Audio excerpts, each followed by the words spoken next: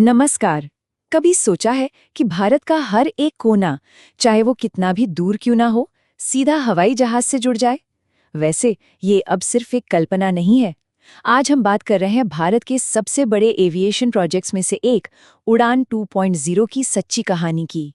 एक ऐसा मिशन जो अब बस उड़ान भरने ही वाला है।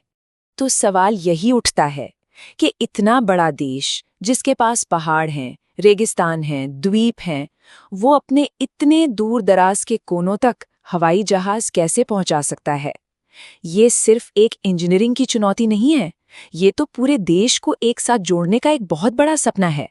तो चलिए समझते हैं कि ये सब मुमकिन होगा कैसे।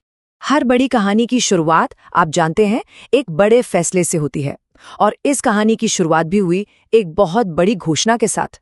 तो खबर ये है कि सरकार ने उड़ान योजना के अगले चरण यानी उड़ान 2.0 को हरी झंडी दिखा दी है। अब देखिए, ये सिर्फ पुरानी स्कीम का एक्सटेंशन नहीं है, बल्कि पिछले अनुभवों से सीखकर इसे और भी ज्यादा बेहतर और असरदार बनाने का एक बड़ा कदम है। तो चलिए अब जरा नंबर्स की बात करते हैं, और यकीन मानिए इस योजना का जो स्केल है ना, वो आपको सच में हैरान कर देगा। इस पूरे मिशन के लिए जो टोटल बजट रखा गया है वो है 28,840 करोड़ रुपए। ये रकम अपने आप में बताती है कि ये कोई मामूली सरकारी योजना नहीं, बल्कि एक राष्ट्रीय प्राथमिकता है। और इस भारी भरकम बजट से होगा क्या? पूरे देश में 100 नए हवाई अड्डे बनाए जाएंगे या फिर पुराने वालों को डेवलप किया जाएगा। सोचिए जरा, 100 नए एयरपोर्ट्स। और कहानी सिर्फ एयरपोर्ट्स पर ही खत्म नहीं होती, साथ में 200 आधुनिक हेलीपैड भी बनाए जाएंगे। इससे ये बात और साफ हो जाती है कि मिशन का असली फोकस उन पहाड़ी और दूर के इलाकों तक पहुंचना है जहां बड़े हवाई जहाज आसानी से नहीं उतर सकते। तो अगर इन सबको जोड़कर देखें तो पूरी तस्वीर साफ हो जाती है। ये एक लंबा 10 साल का मिशन है। इसमें 28,840 करोड़ रुपए का बजट है, जिसमें 100 एयरपोर्ट और 200 हेलीपैड बनने हैं। और इन सबका एक ही मकसद है, देश के दूर दराज, पहाड़ी और उन इलाकों को मुख्य धारा से जोड़ना जहां अब तक हवाई सेवा नहीं पहुंची है। लेकिन ये सिर्फ ईंट, पत्थर और पैसों की कहानी नहीं है। इन बड़े बड़े आंकड़ों के पीछे एक बहुत बड़ा मकसद छुपा है।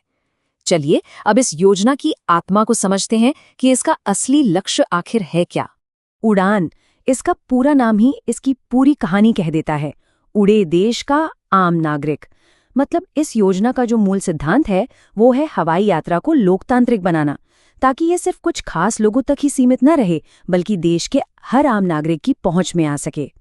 और देखिए, जब हवाई यात्रा आम आदमी तक पहुंचती है ना, तो इसका असर सिर्फ रनवे तक नहीं रहता।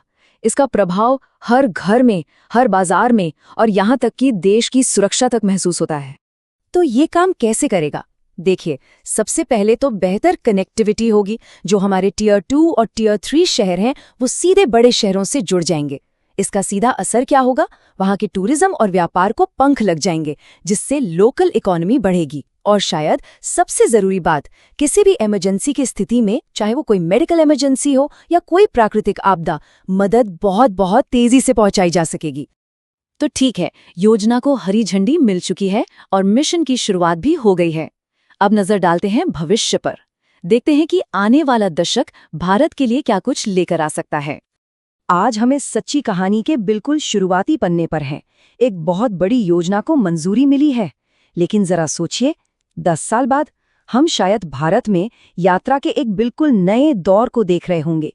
एक ऐसा दौर जहां दूरी और समय की बाधाएं काफी हद तक खत्म हो चुकी होंगी।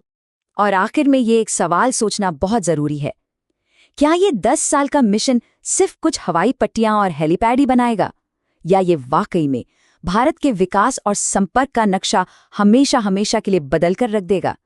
खैर, इस सवाल का जवाब तो आने वाले 10 सालों में ही लिखा जाएगा। रिस्क सिर्फ मार्केट में होता है, प्लानिंग में नहीं। DGN कैपिटल मैनेजमेंट के साथ स्टॉक मार्केट, म्यूचुअल फंड और insurance. AMFI IRDAI certified. Your success are priority.